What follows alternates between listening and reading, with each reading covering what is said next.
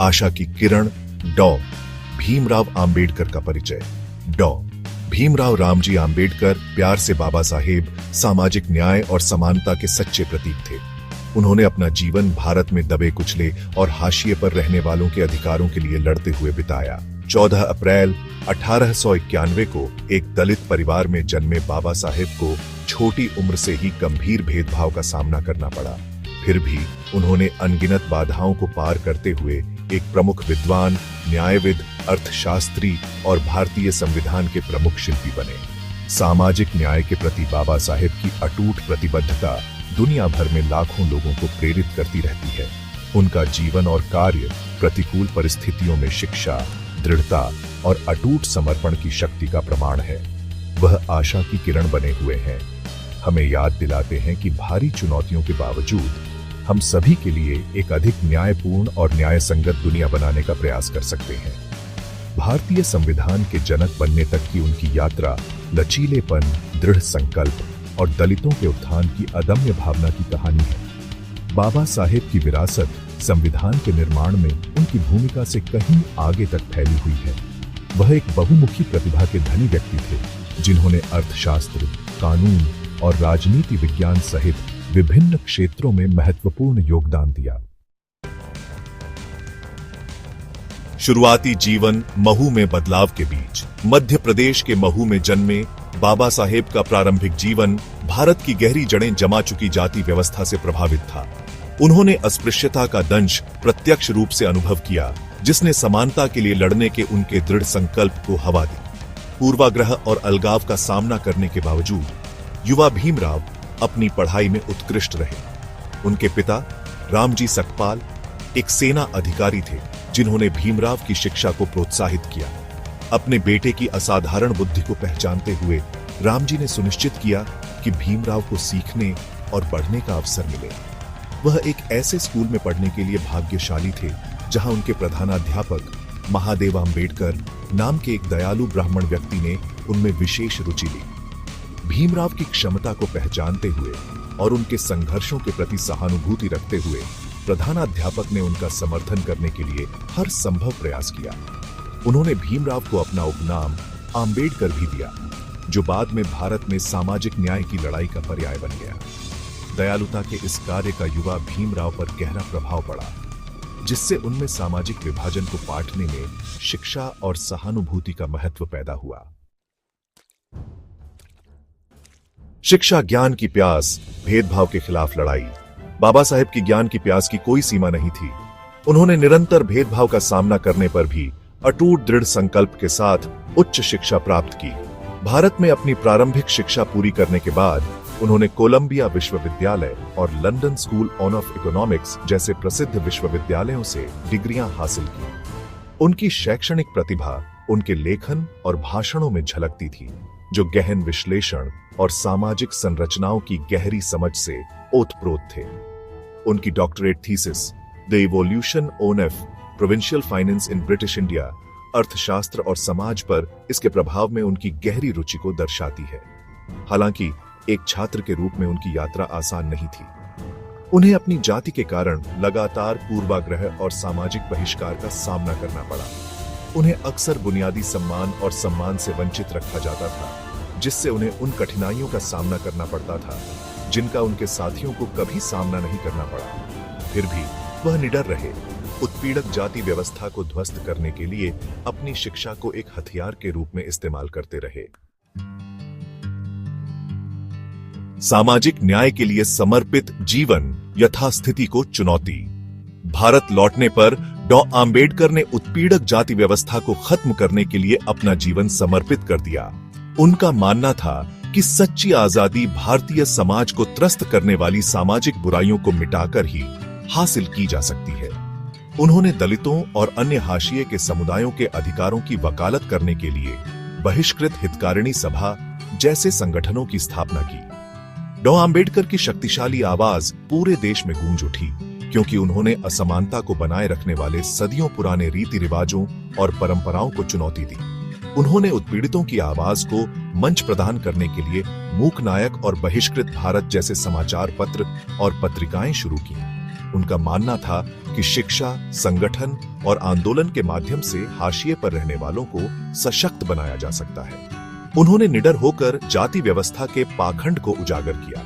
यह तर्क दिया कि यह न केवल नैतिक रूप से निंदनीय है, बल्कि राष्ट्र की प्रगति के लिए भी हानिकारक है। सामाजिक न्याय के प्रति उनकी अटूट प्रतिबद्धता ने उन्हें एक ऐसी दुर्जेय ताकत बना दिया जिसके साथ समझौता किया जा सके, जिसने भारतीय समाज की नींव को ही चुनौती दी।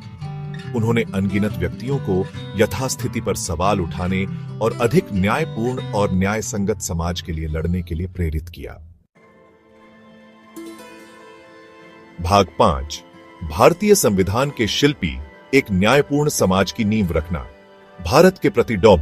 आंबेडकर का सबसे बड़ा योगदान भारतीय संविधान के निर्माण में उनकी भूमिका थी। प्रारूप समिति के अध्यक्ष के रूप में उन्होंने स्वतंत्र भारत के मूलभूत सिद्धांतों को आकार देने में महत्वपूर्ण भूमिका निभाई। उन्होंने न्याय, स्वतंत्रता, समानता और बंधुत्व के आदर्शों पर बने एक राष्ट्र की कल्पना की, यह सुनिश्चित करते हुए कि संविधान इन मूल्यों को दर्शाता है। कानून की उनकी गहरी समझ, भेदभाव के उनके जीवंत अनुभवों के साथ ने उन्हें एक ऐसा संविधान तैयार करने में सक्षम बनाया जिसने सभी नागरिकों के लिए उनके जाति, पंथ, धर्म या लिंग के बावजूद मौलिक अधिकारों की गारंटी दी। उन्होंने ऐतिहासिक रूप से हाशिए पर रहने वाले समुदायों के उत्थान की आवश्यकता को स्वीकार करते हुए सकारात्मक कार्रवाई के प्रावधानों को शामिल करने के लिए अथक संघर्ष किया। उनके मार्गदर्शन में संविधान ने अस्पृश्यता को समाप्त कर दिया, महिलाओं को समान अधिकार दिए और अल्पसंख्यकों के लिए सुरक्षा उपाय प्रदान किए। उनका मानना था कि सभी नागरिकों के अधिकारों की रक्षा और बहुसंख्यकों के अत्याचार को रोकने के लिए एक मजबूत संविधान आवश्यक है। भारत के लिए उनका दृष्टिकोण एक ऐसा था जहां प्रत्येक व्यक्ति को अपनी सामाजिक पृष्ठभूमि की परवाह किए बिना फलने फूलने का अवसर मिले। भाग 6, हाशिए पर रहने वालों के अधिकारों का समर्थन, आवाजहीनों की आवाज। अपने पूरे जीवन में डॉ. आंबेडकर हाशिए पर रहने वालों के अधिकारों के प्रबल समर्थक रहे। वह समझते थे कि दलितों, आदिवासियों और अन्य उत्पीड़ित समुदायों द्वारा सामना किए गए ऐतिहासिक अन्याय को दूर करके ही सच्ची समानता हासिल की जा सकती है। उन्होंने शिक्षा, रोजगार और राजनीतिक प्रतिनिधित्व तक उनकी पहुंच के लिए लड़ाई लड़ी। उन्होंने सभी के लिए सार्वजनिक स्थानों और संसाधनों तक समान पहुंच की मांग करते हुए भेदभावपूर्ण प्रथाओं को चुनौती दी। उन्होंने माना कि सामाजिक और आर्थिक सशक्तिकरण हाशिए पर रहने वाले समुदायों के उत्थान और उन्हें सम्मान और सम्मान के साथ जीने के लिए सक्षम बनाने के लिए महत्वपूर्ण थे। उनके प्रयासों से पूना पैक्ट सहित महत्वपूर्ण कानून पारित हुए, जिसने विधायिकाओं में दलितों के लिए सीटें आरक्षित की। उनका दृढ़ विश्वास था कि हाशिए पर रहने वालों की आवाज को बढ़ाने और यह सुनिश्चित करने के लिए कि सत्ता के गलियारों में उनकी चिंताओं का समाधान किया जाए, राजनीतिक प्रतिनिधित्व आवश्यक है। भाग 7, बौद्ध धर्म में धर्मांतरण, समानता और करुणा को अपनाना। 1956 में डॉ. आंबेडकर ने अपने लाखों अनुयायियों के साथ नागपुर में एक ऐतिहासिक समारोह में बौद्ध धर्म अपना लिया। यह निर्णय उनके इस विश्वास से प्रेरित था कि बौद्ध धर्म उत्पीड़क जाति व्यवस्था से मुक्ति का मार्ग प्रदान करता है। उन्होंने बौद्ध धर्म को एक ऐसे धर्म के रूप में देखा जो समानता, करुणा और तर्क पर जोर देता है, जो एक न्यायपूर्ण और न्यायसंगत समाज के उनके दृष्टिकोण के अनुरूप है। उनका मानना था कि आत्मनिर्भरता और व्यक्तिगत जिम्मेदारी पर बौद्ध धर्म का जोर व्यक्तियों को जाति आधारित भेदभाव के बंधनों से मुक्त करने का अधिकार दे सकता है।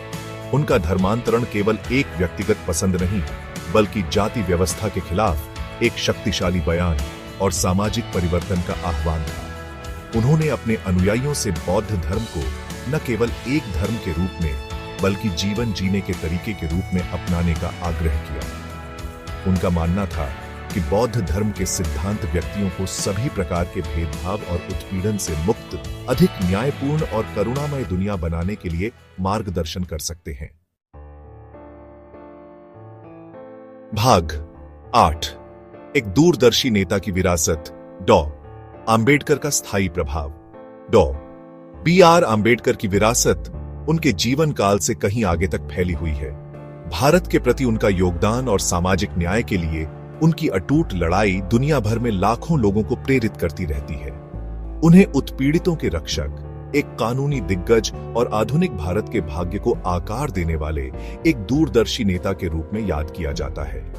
उनका जन्मदिन 14 अप्रैल भारत में अंबेडकर जयंती के रूप में मनाया जाता है, जो राष्ट्र के प्रति उनके अपार योगदान का सम्मान करता है। उनकी मूर्तियां देश भर में ऊंची हैं, जो समानता और न्याय के प्रति उनकी अटूट प्रतिबद्धता की निरंतर याद दिलाती हैं।